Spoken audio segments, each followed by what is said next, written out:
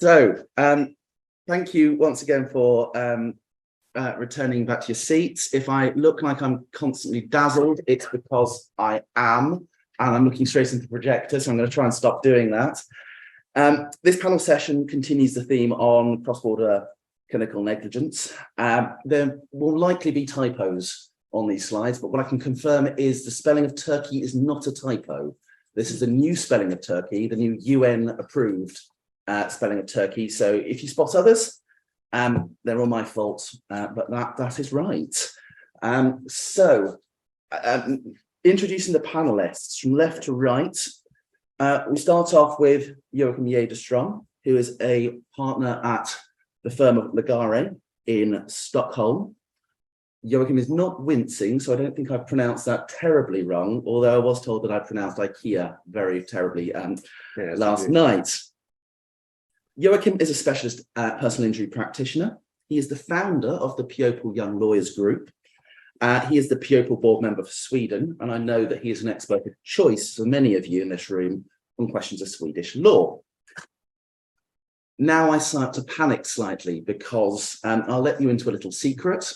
I wanted to at least try and pronounce our next speakers' names correctly. I know I will fail, but they both very kindly sent me an audio message on WhatsApp, which I've listened to about 20 times each in an attempt to get their names right. So what I'm going to do is I'm going to try and say your name, and if I get it terribly wrong, please just speak up and say how to say your name. So the first person is Cemre Yilmaz Akyay. That right? That's perfect. Thank you. At CUIA Law in Turkey. Cemre is a recent speaker at the annual Pupil conference in Dublin, is qualified in the Netherlands and Turkey, holds degrees from England, the Netherlands and Turkey, and has a particular expertise in cosmetic surgery claims. Finally, having visited Krakow earlier this year, I can first of all tell you that our first expert, our next speaker, has a superb choice in restaurant recommendations. What I can also tell you about Michał Krzanowski. Very well done indeed. At Budskowska Futowski Partnership. Okay, that one was very difficult. Thank you. It was. Is not only an expert in recommending good restaurants in Krakow, but is the youngest ever partner at that law firm. Has advised and acted in a Boeing 767 crash in Krakow, and has collaborated with US and UK law firms. Has appeared before the Polish Supreme Court, and assisted the main partner at the firm, well known to other Pupil members, Jolanta Budskowska, in the case of Clark and Kalenski, or something like that. But my Polish, as you can all see, isn't that great. And we're very lucky to have our speakers with us today. Finally, me, you probably all know who I am. I know that Jared didn't actually in his notes give me any description about me, on presumption that I probably do, and the rest of you probably might know a little bit about me. Like Dan, I'm a travel and personal injury and clinical negligence specialist at Outer Temple Chambers, and have developed a bit of a taste for hosting these kind of events. So moving on, what we decided we'd start off with was a bit of context to understand the healthcare market in each particular country. And this is going to be the way it's going to work is probably going to be me doing a bit of summarizing at the beginning about what's in common between the countries, and then we'll introduce the speakers to talk about the differences, because that's the interesting stuff. So to start off with, in terms of public healthcare, each country has a public healthcare system. Claims against public healthcare systems are typically brought in tort. Civil claims can be brought against public healthcare services in Poland, typically against the hospital. In Sweden, against one of the healthcare regions, which I understand is insured by a body called the LÖF. And good, you've not corrected me again. And in Turkey, which I have spelt in the old-fashioned way up there, against the Ministry of Health. Each country has a principle of vicarious liability, and the Public Health Service can subcontract work or services to private entities, should it wish to, similar to the NHS. When we had our discussion last Thursday, one of the interesting issues that came up was limits on claims against public healthcare providers. And whereas there weren't any issues in Turkey or Poland, there is in Sweden. So to start off with Joakim, I understand there's a maximum liability per injured person of the equivalent of about 100,000 euros. Of course, your currency is the krona. How does that work? Does that mean an injured person can't get any more than 100,000 euros? Well, it depends. Well, a claim can, of course, be brought by tort or negligence, as you said, and then we can direct that into two different acts. You can either go through the Patient Injury Act, and that's where this indemnity cap is located. Or you can also just go on the regular Damages Act. But if you do that, there are different issues you need to prove. It's easier to do it if you go through the Patient Injury Act, and that's why we are focusing on that today. So there, the cap is there if you go on the Patient Injury Act, but you can do it in another way. But then you have to leave the Patient Injury Act all alone and just go on the Damage Act instead.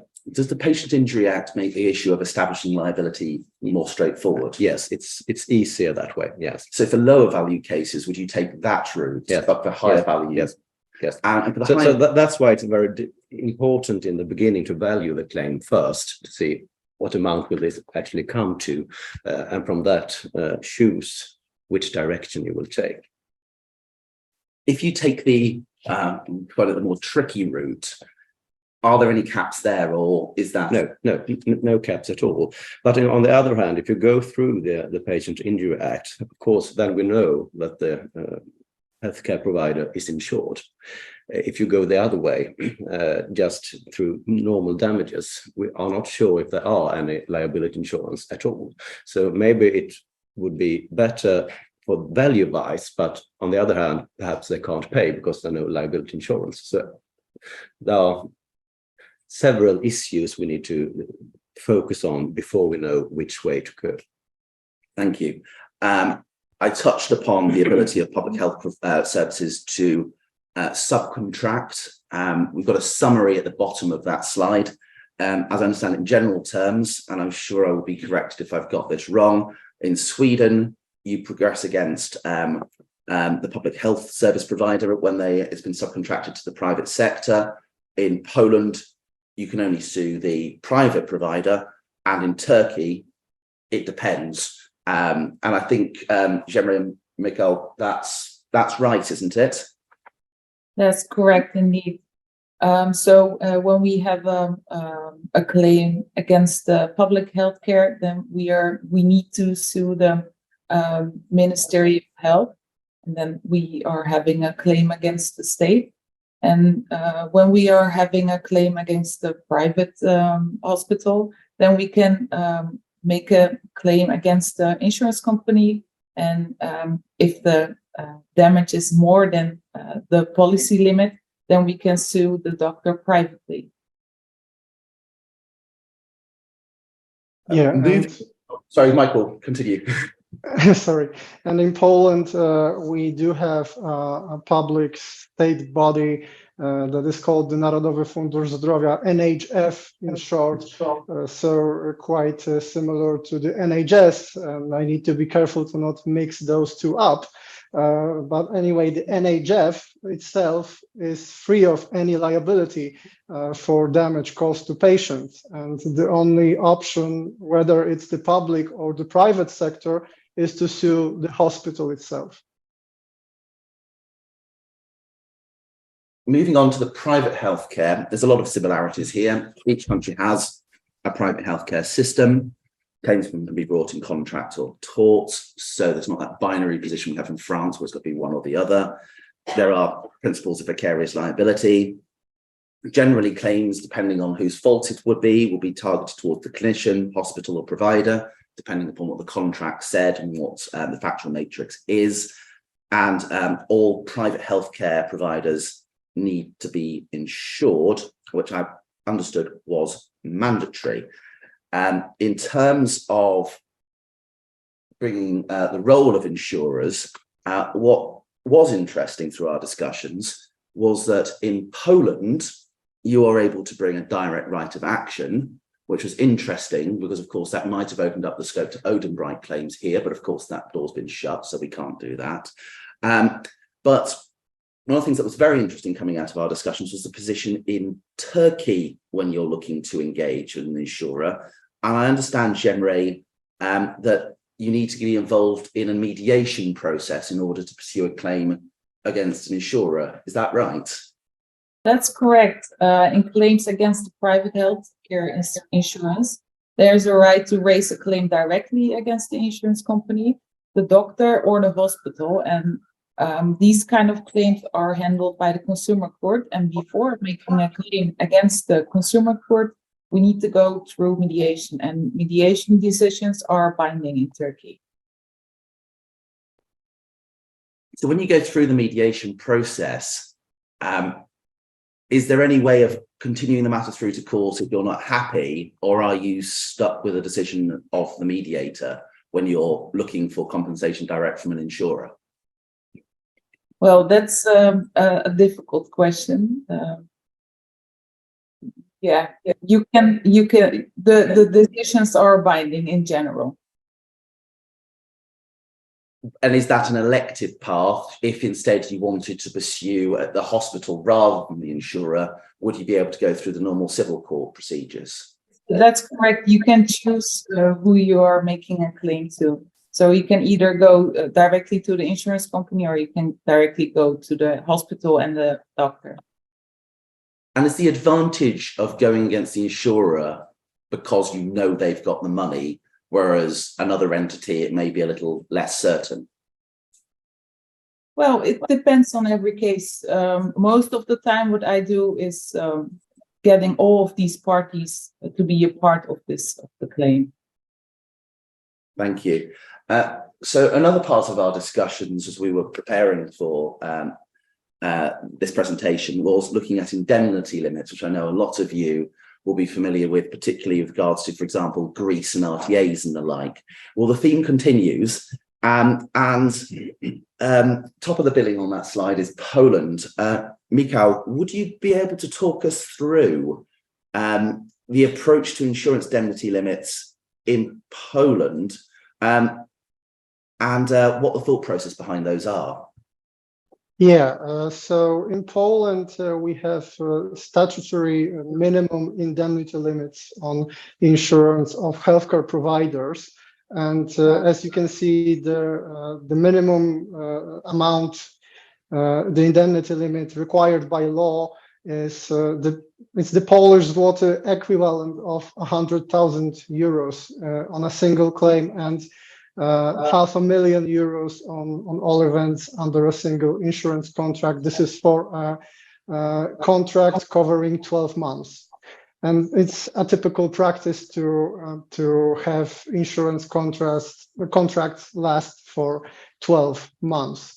And these limits are applicable to hospital treatment. It is recognized that hospital treatment bears more risks, has more risks associated with it. So the minimum amount that has to be covered by insurance is higher than in regard to other kinds of treatment, outpatient treatment, non-hospital treatment in general. The limits are slightly lower in those cases. And there's also, of course, the possibility to insure over the limit. This is just the floor.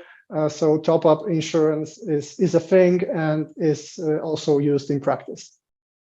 So it's the location where the procedure is taking place which guides the minimum insurance limit. So would it be right that if you were going to a clinic for maybe a cosmetic procedure, the mandatory minimum level of insurance could be lower than the equivalent of 100,000 euros? Well, in that regard, we go into the definition of a hospital, and a clinic which performs cosmetic surgery, most of those would fall under the definition of a hospital. There might be some exceptions, so you would indeed have to look into that. However, I would say a vast majority of those would be hospitals and would fall under the higher minimum indemnity limit. We've discussed the required minimum level of coverage. As a matter of practice, reputable clinicians and reputable hospitals, do they tend to have top-up insurance, and what sort of levels do we see? Yeah, it is fairly common to have top-up insurance, especially in cosmetic surgery. As to the levels, they are not remarkable, unfortunately. Usually it's doubling the amount. So we go from 100,000 euros to 200,000 euros. That's the most common approach. I don't think I've seen any higher insurance than that. Turning to Sweden, we can see there that there's a minimum of 100,000 euros. Is that again the minimum required level of coverage, but a healthcare provider can choose higher coverage? Well, yes and no, because this is also depends on which way you go. If we are focusing on the Patient Injury Act, of course, there are mandatory insurance requirements. So you need to be insured up to this amount. Otherwise, you need to have some other liability insurance, and that's not a mandatory thing. So that's what I was discussing. It's the same way if it's a PHS or if it is a private hospital or private practitioner. And if we would address a case against the PHS, we of course know that they usually have the money, even if they aren't insured, because they are tax related, so they have the money. The problem is if it's a pure private clinic, then we can't rely on that they actually have another liability insurance more than the mandatory in accordance to the Patient Injury Act. Thank you. Now, Turkey, I've managed to find the symbol for Turkish lira, which is what you can see up on screen there. We've got a range from 40,000, so 400,000 up to 1.8 million. What factors determine the minimum insurance levels there? And I understand 1.8 million is the equivalent of about £60,000. So these are not high figures. So Cemre, how do we have any idea as to what level of insurance a private provider might have in these situations? So there is a compulsory insurance in Turkey, and it starts with 400,000 Turkish liras, which is equivalent to 14,000 euros. And the indemnity limits, it's up to 60,000 euros. And is there a specific reason why one company might have insurance down at 400,000 and another would be at 1.8? Is it based on risk or the location of the surgery or the type of procedures being provided? It's based on the law. So the law requires to have a minimum amount, and it's based on the fact how much experience a doctor of a clinic has. Thank you. Moving on, what we discussed is that if there is a shortfall under the insurance, then you're left trying to recover that from the private body. That, of course, will depend on their liquidity and how much money they have available. We did discuss whether or not costs are included within indemnity limits. They're not in Sweden and Turkey. The answer is complicated in Poland, and as much as I'd like to go through that, we're going to skip that because we've got a lot of other things to talk about. But I'm sure that if you would like to talk about whether or not costs are included within indemnity limits in Poland, you'll have Michał's contact details, and you can contact him with regards to that. So we're going to move on to some proper law now, and we're going to look at what the level of duty of care is. And we're going to start off, Michael, you've not missed out on your opportunity to speak because I'd like you to talk a little bit and I appreciate it's a huge topic, so a summary, if you will, on how we approach the standard of care that a reasonable doctor or clinician should have in a hospital or doctor surgery or elsewhere in Poland. Yeah, that's right, Ian. It's a very big subject, and to summarize, due diligence in Poland is understood as diligence generally required in relationships of a given kind. So it is always necessary to individualize what it actually means in each specific case. And in medical negligence specifically, the standard in regard to due diligence is considered to be high, which means that the courts consider whether the event which gave rise to the patient's damage was unavoidable even for the most careful, diligent, and qualified doctor. So the bar is fairly high, fortunately. And in England, and we'll go through with each jurisdiction, we have reference to a reasonable body of medical opinion, and there could be another body of medical opinion who might disagree, but that wouldn't render that opinion unreasonable. Does Poland have a similar approach, or does that fit in with the Polish jurisprudence at all? Medical experts are indeed extremely important when it comes to setting the standard in specific cases. The reliance on their reports is extremely heavy, and it can be said that effectively the expert sets the standard of care in a given case. This means that the standards can vary between cases, even similar ones. The standard that is actually applied. If you have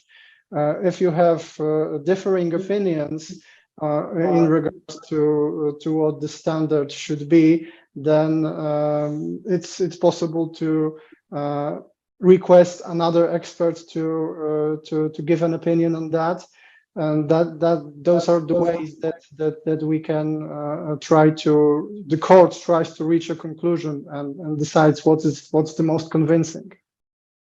We're going to move on in a while and discuss the process of how expert evidence is actually used in each one of your respective jurisdictions. But it sounds to me that the court is placing an awful lot of weight on what the instructed experts the court has appointed as to what their views are reasonable, as opposed to maybe taking a wider view. Is that a fair summary? Yeah, very correct. Good.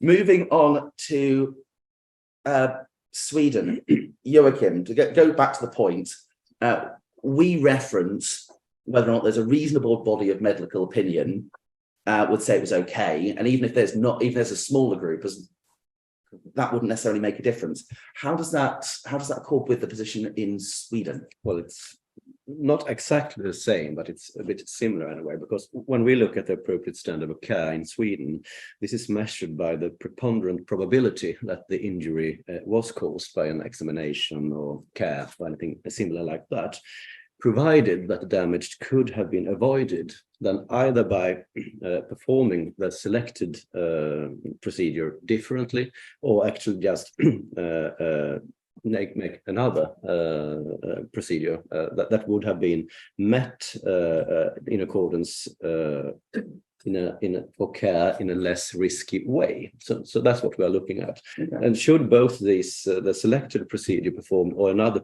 performed procedure be as risky as the first one, well, then you have fulfilled the standard.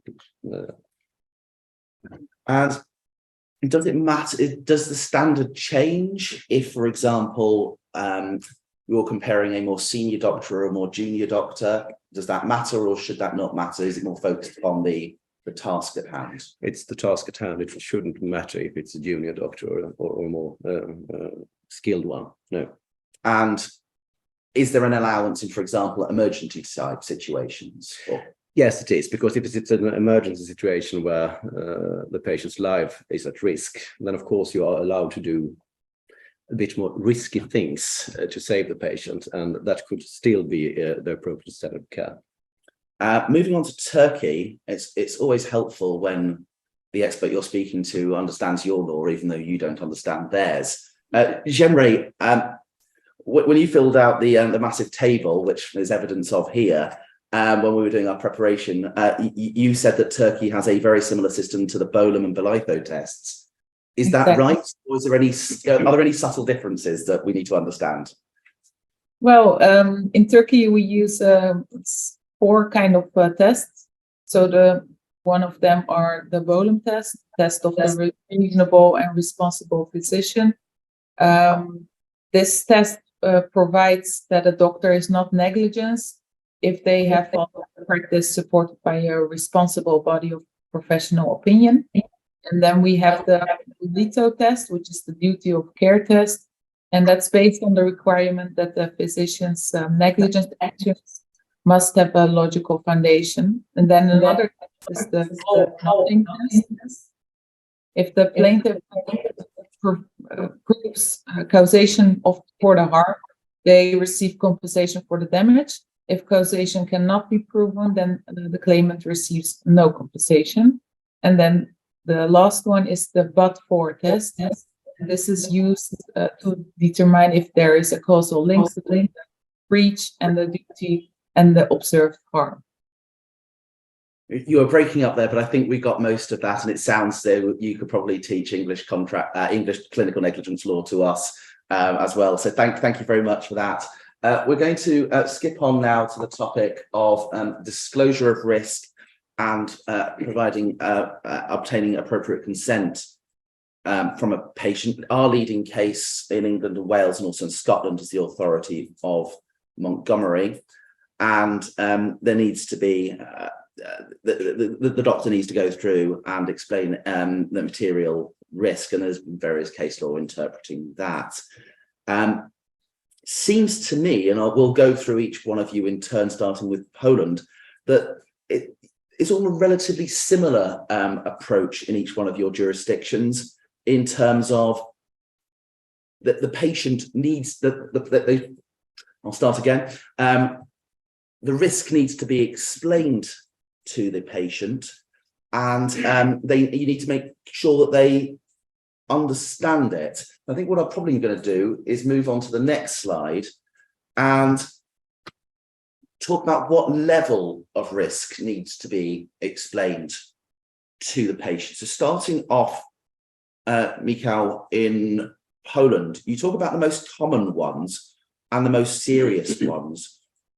What's the level of minimum threshold? How unlikely does a risk need to be where a doctor would be forgiven for not explaining it to a patient? Well, that's a fairly difficult question, and we rely on medical experts to assist us with that. Generally, those that are like 1 in a million complications, those do not have to be always disclosed to the patient. One particular aspect from practice that might be relevant here is that the Polish medical bodies, they actually banded together and drafted consent forms for clinicians to use. These are templates. They are consent form templates for specific procedures. Of course, not for every procedure because there are so many of them, but for the most common ones like cesarean section or other such common procedures. And we see those being used in hospitals in Poland. So it's quite standardized, and therefore we rarely argue over the commonality of the risks that were disclosed, unless we are dealing with a more specific procedure, a more rare procedure. I think you previously described these forms as being elaborate. Can we take it from that for the most part, they will be deemed by a Polish court to be sufficient, save for in an exceptional situation. Yes, that is true. They are indeed elaborate. Doctors tend to over-inform patients in Poland than under-inform. But of course, there are exceptions, and we always look out for those. Moving on to Sweden, Joakim, you used the term significant. Is this a balancing exercise between the probability of the event happening and the severity of the consequence? Yes, we could say that, because when of course, everything with healthcare might be associated with the risk. And so that's why the law are actually stating it needs to be a significant risk if you're going to disclose anything of it. And what they really are saying is that the patient has the right to be informed about any risk or any complication that are associated with a certain reasonable probability of a treatment or an intervention.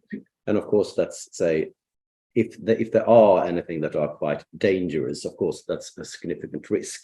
So basically, if it is a risk that are more than minimal, you need to disclose it. Brilliant. And Cemre, is that a similar approach in Turkey to this issue? So in Turkey we have a consent, which it's not mandatory to have this in written, but most of the time it's always written. And the first thing a physician should inform about is if the patient has a possibility to about his life or a limb loss, that this should be disclosed, and then the other complications and side effects should be disclosed to the patient. Thank you. We're just going to skip over the next slide. We can see that there are exceptions to the consent process, and they're detailed there, and these slides will be distributed to you in due course, but on the whole, there's a lot of similarity there. What I want to move on to, which is an issue I always find interesting, whether or not this be a clinical negligence case or not, but I think is emphasised in clinical negligence cases, is the question of the standard of proof. So we approach things on the balance of probabilities test. So as long as in the judge's mind you get over 50%, you're there. It gets a little bit more complicated in certain other areas where there are multiple potential causes, but that's our general approach, and we can try and keep it relatively simple today. However, as English lawyers in particular, depending on which side of the fence on, either from a claimant perspective, you look aghast when you're told that the standard of proof is getting up close towards certainty, and you probably rejoice when you're a defendant and think, how on earth is the claimant going to prove this? And I've certainly been in both positions. I've been in a position in Belgian law where we got told that the claimant has to prove that the event was going to be certain, and we sort of chuckled and went, well, how are they going to do that? And similar positions on the other side. So Poland, Michał, you say it's not certainty, but it's a very high degree of probability. Are you able to put a percentage on that? Or how high is it? How difficult is it to establish the standard of proof in Poland? I will do my best, Ian. The threshold or the bar that you have to meet in Poland is not well defined at all. It does depend to a certain degree on the judge's discretion. It is somewhere between 51% and 99%, which I know is not helpful at all. But from experience, in most cases, we can narrow it down to about between 60% and 90%. That's probably the best approximation that I can make. I wish we had the more likely than not standard. I envy you, certainly, but we cannot expect going into a case that that standard, more likely than not, will be enough for us to prevail. At the same time, as I have mentioned, and as you will see on the slide, it's not entirely out of the question that the Polish judge will effectively adopt the more likely than not standard. It is possible, but it is very rare, and it cannot be expected going into a case. So the best approximation is the one that I provided and can be summed up as a high degree of probability. Thank you. And when we were having our meeting, Michał was wishing that there was more of those rogue judges applying the more likely than not test, but sadly they seem to be a minority. Sweden, you also have what seems to be a more stringent test of overwhelmingly likely. Yes. Is that somewhere between 60 and 99%, or is it closer to 99? Well, I would say, and don't hold this against me later on, but I would say somewhere between 60 to 70%. And this is a much lower standard of proof threshold than if we are in the usual civil cases. And this is, of course, if we are now focusing on the Patient Injury Act, if you have to make the claim through that act, we can use this standard of proof.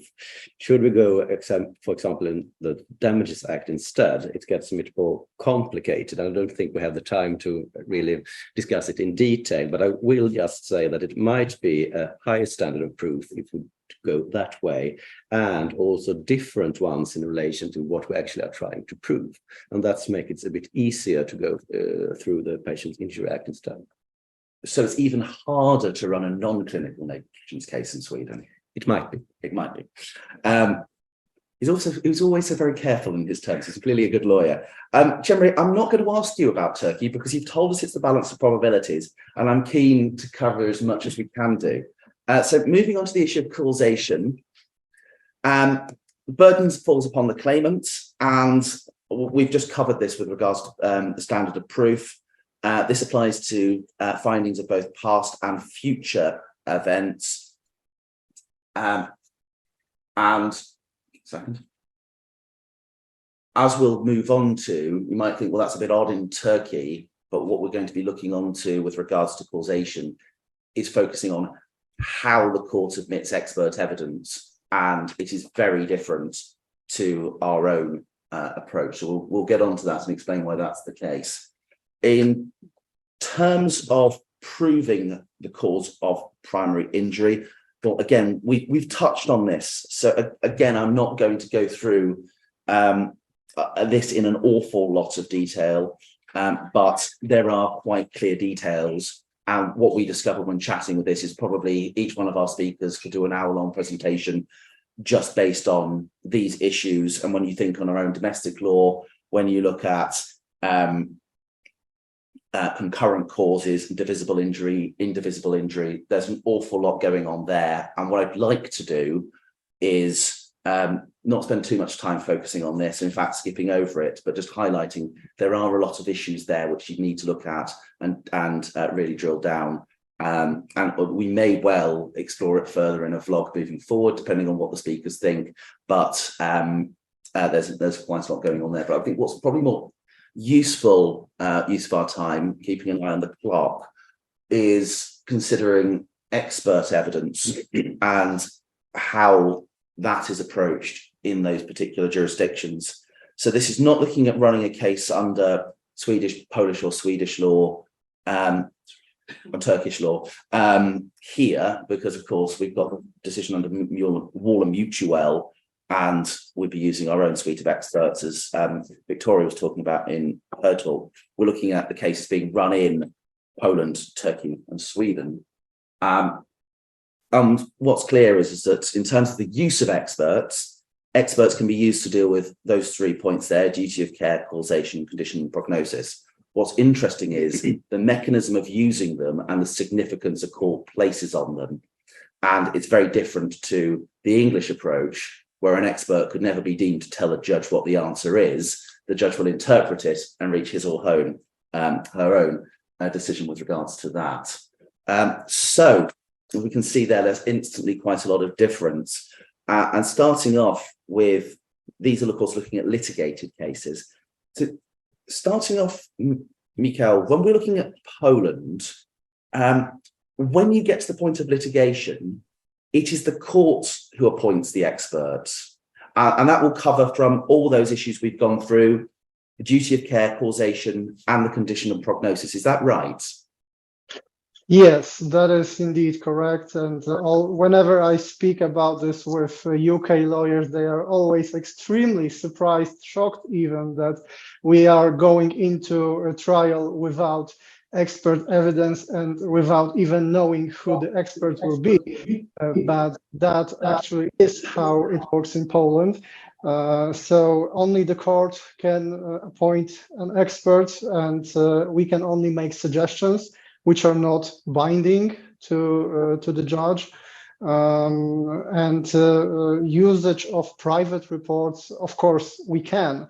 We can obtain a private report and file it with the court, but that will essentially be disregarded. There is no weight attached to private reports in Poland, and everything depends on the court-appointed expert.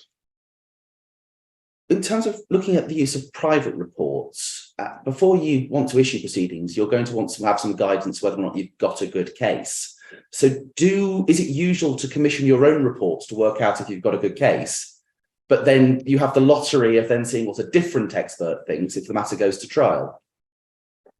Well, this also might be a bit surprising, but actually we rely mainly on ourselves and on our own research. Yeah, I know how that sounds, but actually I think I have been reading more medical literature than legal literature in my career. So there's something to that, and we do have some experience and some skill in evaluating these cases. Of course, in certain circumstances, the case can be overwhelming for us, and then we do ask a private expert to help us assess the case, but essentially that is where the role ends. The report, if any, is not formal, it's not used in later court proceedings because there is no point.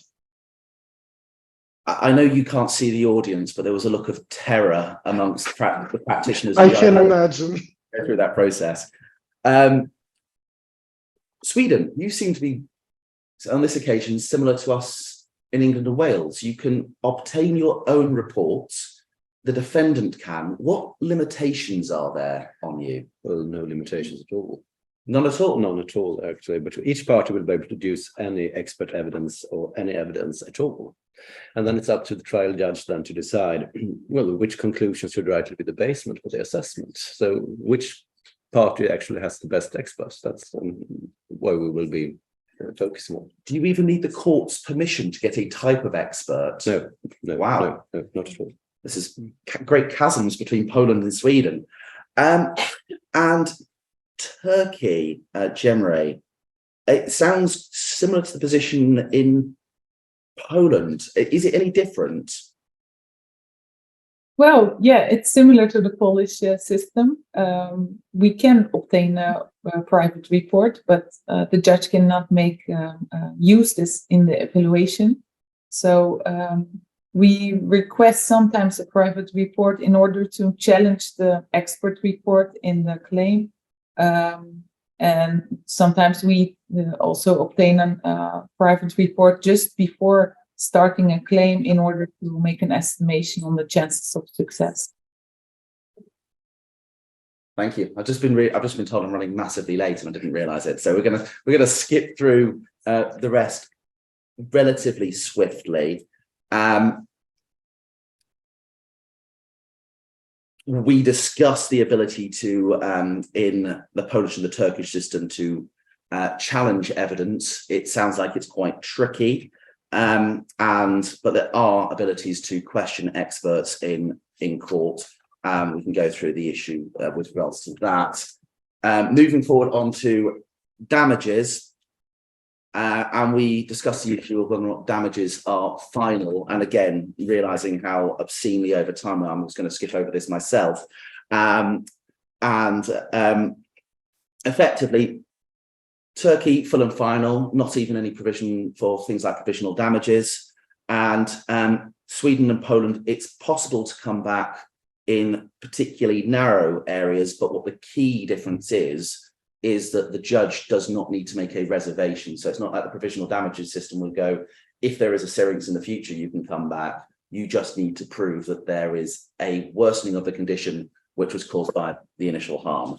It's very easy to be in this panel because you say everything, so I don't need to say anything at all. You've said quite a lot. True. Does anybody want to add anything else on the question of damages? No, it was perfect. Yeah. Thank you very much. I see. I listened to you. What I would like to very briefly just touch on is the importance of limitation, which was clear in Victoria and Natalia's talk. First of all, Sweden, it looks like you're being very generous with 10 years, but I understand you don't make any special accommodation for children at all, Not at all. No. or for those with any form of mental incapacity. No. It's the same for everyone. It's 10 years for everyone. And when we're talking about children, of course, it's the parents that need to act in such a way. And Poland, Michał, that's 3 years, but it seems that you do have a more similar position to that in England and Wales, and the clock starts ticking for children at age 20. Is that right? That is exactly correct, right? And as we can see on the other slide, there is, when there's a criminal element and various other things like that, there are also factors that you should take into account with regards to the limitation period. I hope you're nodding. Finally, Cemre, for Turkey, could you explain why it is that there are so many different limitation periods under Turkish law? Of course. Well, for public hospitals, there's another court competence. So there is another kind of limitation period, which is very short of 1 year. And then we have doctor-patient relationship, which is based on a contract. Then we have 5 years. And then if the principles of tort law apply, then we have 2 years. And in case where the consent was insufficient, then we have 10 years. And we can see there, for example, the public hospital, that looks similar to the position that we had in Spain. And that's it. If you could please thank our panelists. They have put so much work into this.